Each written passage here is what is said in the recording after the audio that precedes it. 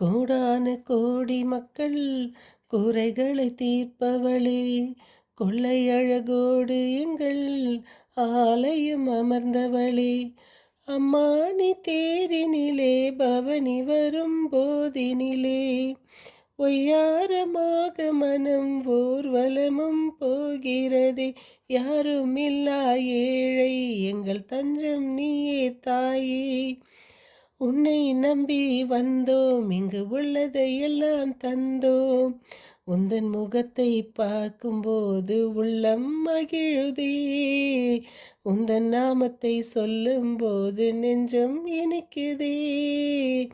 அழகோவியமே எங்கள் அன்னை மரியே, உயிரோவியமே எங்கள் உள்ளம் கவர்ந்தவளே, உன் பார்வை சொல்லும் கருணை பாத மலரின் அருமை, அழகே அழகே எங்கள் அம்மா நீ அழகே, அழகோவியமே எங்கள் அன்னை மரியே, உயிரோவியமே எங்கள் உள்ளம் கவர்ந்தவளே.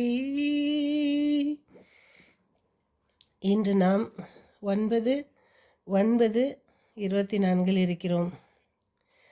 நேற்று வரை அன்னை மரியாளின் பிறந்த நாளை கொண்டாடினோம்.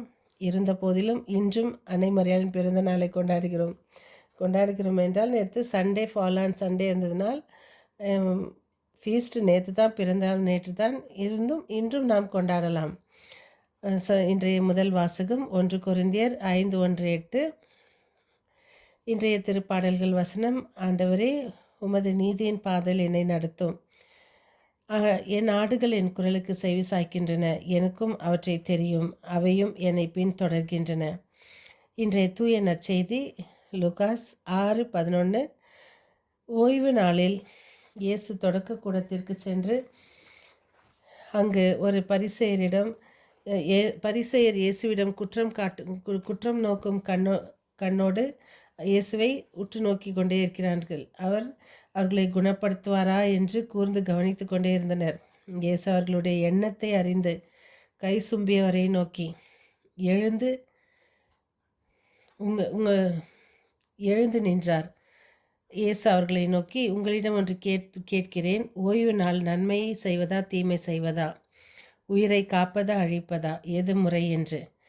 பிறகு அவர் சுற்றிலும் திரும்பி அவர்களை யாவரையும் பார்த்துவிட்டு, உமது கையை நீட்டும் என்றார். அவரும் நீட்டினார். அவரிடம் கூறினார். அவரும் அப்படியே செய்தார். அவருடைய கை நலமடைந்தது. அவர்களோ கோபவெறி கொண்டு, இயேசுவை என்ன செய்யலாம் என்று ஒருவரோடு ஒருவர் கலந்து பேசினர்.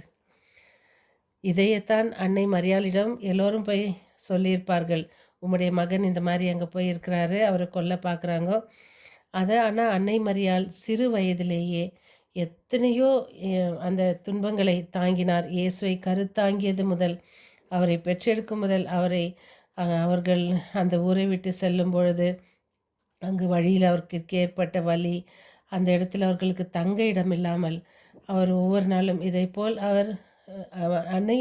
அன்னை மரியா ஆண்டவருடைய அடிமை என்று சிந்திக்கும் வேளையில் நாம் ஒவ்வொருவரும் நாம் இந்த நாளில் யாருக்காவது அடிமை என்ற வார்த்தையை நாம் ஒப்புக்கொள்வோமா?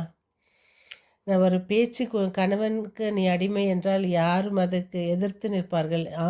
ஏன் நான் என் கணவனுக்கு அடிமை இல்லை? அதே போல் தான் அன்னை மரியாள் ஒரு தாழ்ந்த உள்ளத்தோடு அதை ஏற்றுக்கொண்டார். நம்மை போல் அல்ல. அந்த தாய் அன்றே உயர்த்தப்பட்டார். அதனால் நாம் ஆண்டவரின் அடிமை. லூக்கா 1:38 என்பதை மட்டுமே அன்னை மரியா பயன்படுத்துவதை நாம் இன்று தியானிக்கையில் நம்மை பற்றியும் நாம் ஆழமான சிந்தித்து பணிவென்னும் பண்போடு நாம் எவ்வாறு செயல்படுகிறோம் என்பதை அலசுவோம். இறைவனால் தான் நிரப்பப்படுவதற்கென தாழ்நிலையை தேர்ந்து கொண்ட அன்னை மரியா அருள் நிறைந்தவராய் மாறினார். தாழ்நிலை மனநிலையே நம்மை இறைநிலைக்கு உயர்த்தும். அதனால் நாம் இன்ற சட்டத்தை தாண்டி மனித நேயத்தோடு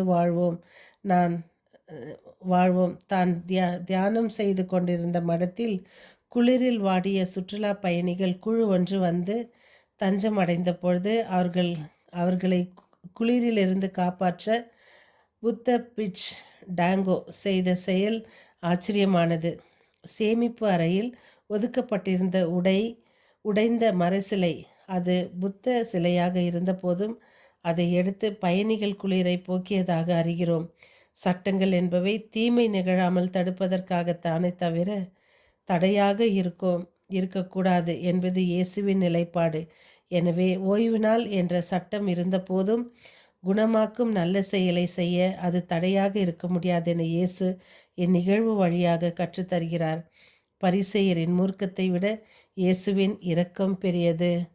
இரக்கமுள்ள தேவன் நமக்கு இரக்கத்தை காட்டி கொண்டே இருக்கிறார். தினம் நாம் தொடர்ந்து வாசித்து கொண்டே இருக்கிற சங்கீதம் 40, 41, 1, 2, 3, நீதிமொழிகள் 20, 25, 26, 27, 25, 26, 27 நாம் தொடர்ந்து வாசித்து கொண்டு வருகிறோம். நாம் தியானிப்போம் இயேசுவின் சிந்தனைகளை, அன்னை மரியின் நற்குணங்களை, அவரிடம் நாம் பெற்றுக்கொண்ட ஆசிரை தொடர்ந்து நாம் பெற முயற்சி செய்வோம். தொடர்ந்து ஜெபிப்போம். மீண்டும் சந்திக்கும் வரை உங்கள் அன்பு தோழி.